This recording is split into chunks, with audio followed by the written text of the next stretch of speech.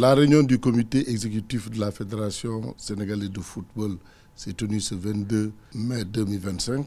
À l'ordre du jour, nous avons eu, comme à l'accoutumée, les informations, l'adoption du PV, du procès-verbal.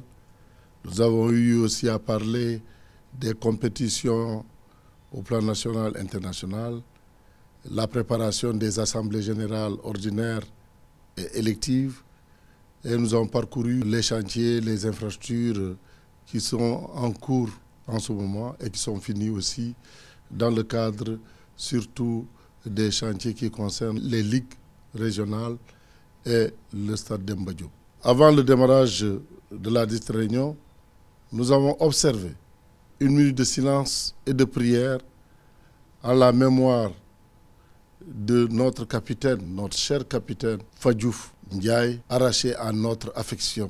Et nous avons associé à ces prières l'ensemble des acteurs ou leurs parents, que Dieu les accueille au paradis. Et c'est la raison pour laquelle, dans ce sens, il faut rappeler, surtout dans le cadre des accidents liés au sport, aux compétitions, que la fédération s'est toujours engagée en faveur de la santé et de l'intégrité physique des joueurs et des acteurs du football. Elle s'est constamment acquittée de respecter le protocole médical dans le cadre de la prévention et de la prise en charge des accidents sportifs, tel que recommandé par la Commission médicale fédérale. En dehors donc des actions médicales régulières, la Fédération a demandé et a recommandé d'ailleurs à la Commission médicale de la Fédération sénégalaise de football de réfléchir pour le renforcement des mesures plus strictes dans le cadre de sa prévention et la prise en charge surtout des accidents sportifs, dont la plupart se résument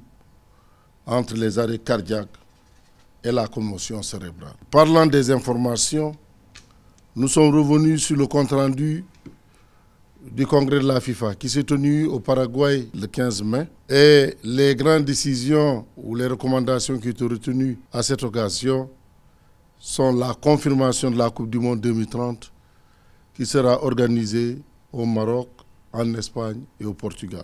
La confirmation de la Coupe du Monde 2034 en Arabie Saoudite, la Coupe du Monde des clubs à Miami. Le comité exécutif aussi a tenu à féliciter l'ONCAV pour son assemblée générale élective et félicite le président Amadou Kane et l'ensemble des membres du bureau et du comité directeur qui ont été élus à cette occasion. Au niveau des compétitions, nous avons survolé les compétitions nationales.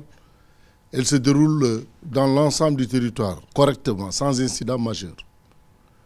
Nous avons par contre, au niveau des compétitions internationales, rappelé les dates des matchs amicaux contre l'Irlande le 6 juin à 18h45 GMT et contre l'Angleterre le 10 juin à 18h45 aussi. À côté de ces matchs amicaux contre l'Irlande et l'Angleterre, nous avons retenu un stage à Dakar pour préparer ces matchs amicaux. Et c'est de Dakar que nous irons en Irlande d'abord, avant d'aller en Angleterre. Il faut rappeler aussi, dans le même siège, que nos joueurs U18 sont invités par l'UEFA pour participer au tournoi U18 qui se déroulera en Suisse. Et ça, je pense qu'il n'y a que 7 nations qui vont se retrouver en Suisse. C'est le lieu de féliciter encore le travail qui se fait au Sénégal et qui fait qu'aujourd'hui le Sénégal est choisi parmi les pays qui vont compétir. C'est une marque de confiance pour ce que le Sénégal est en train de réaliser au niveau de la petite catégorie, même si aujourd'hui on semble ne pas donner satisfaction parce que nos U17, tout comme nos U20, sont éliminés très tôt. Que cela ne tienne, nous sommes toujours convaincants et aujourd'hui, cette invitation est la preuve que le Sénégal est un pays de football. Le Sénégal est un pays de référence en matière de football de petite catégorie. Pour le foot féminin aussi, nos Lions sont actuellement en Mauritanie dans le cadre de l'UFOA. Parlant des assemblées générales, l'assemblée générale ordinaire, pour rappel, sera tenue le 24 mai à Guéréo. Les rapports d'activité et les rapports financiers ont été tous adoptés par le comité exécutif. Au plan organisationnel, les dispositions sont prises pour une bonne participation des membres de l'AG. Nous avons retenu que chaque ligue prendra la parole pour exposer les orientations de sa ligue, les recommandations, voire les suggestions afin de les insérer au besoin dans le rapport final.